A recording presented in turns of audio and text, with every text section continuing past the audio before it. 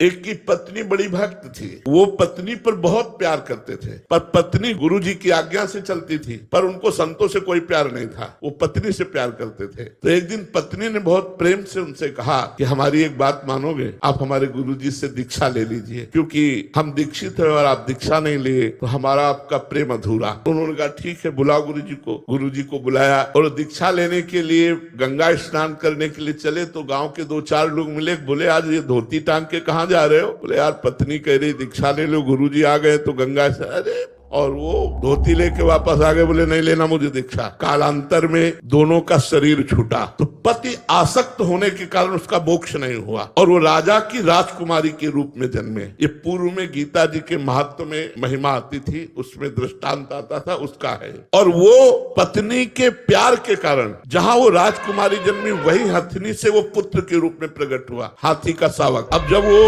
नव युवक अवस्था में हाथी आया और श्रृंगार करके राज सवारी निकली और राजकुमारी सिंहासन पर आरूढ़, तो जे भी उसने देखा तो पूरी स्मृति जागृत हो गई कि ये तो मेरी पत्नी थी। अब ये राजकुमारी और मैं हाथी हूँ, कैसे मिलन हो सकता है? वो चुपचाप सहता रहा, क्योंकि कुछ अपनी बात व्यक्त नहीं कर सकता, हाथी रूप में है। अब राजा ने अपनी राजकुमारी का स्वयंवर रचा। जे ही स्वयंवर की घोषणा हुई तो उसने खाना पीना सब छोड़ दिया। वो बहुत ही सुशोभित हाथी के रूप में था। राजा को सूचना पहुंची, राजवैद्यों ने देखा, बोले कोई रोग नहीं। राजकुमारी विज्ञान संपन्न थी क्योंकि भजन करती थी। उसने कहा इसकी औषधि मेरे को पता है, मुझे एक बार इसके समीप जाने दो। नजदीक गई और कान में कहा था गुरुदेव को वरण कर लो। नहीं वरण किया ना तो हाथी की योनि को प्राप्त हुए। सकुचाओ मत, तुम्हारी गले में जयमाला डालूंगी। सकुचाओ मत, स्वयंवर में तुम शोभा के लिए खड़े किए जाओगे और मैं तुम्हारे ही गले में माला डालूंगी और इस जन्म में इतना भजन करूंगी कि आगे जन्म में हम फिर दोनों मिलेंगे। उसने ऐसा ही किया।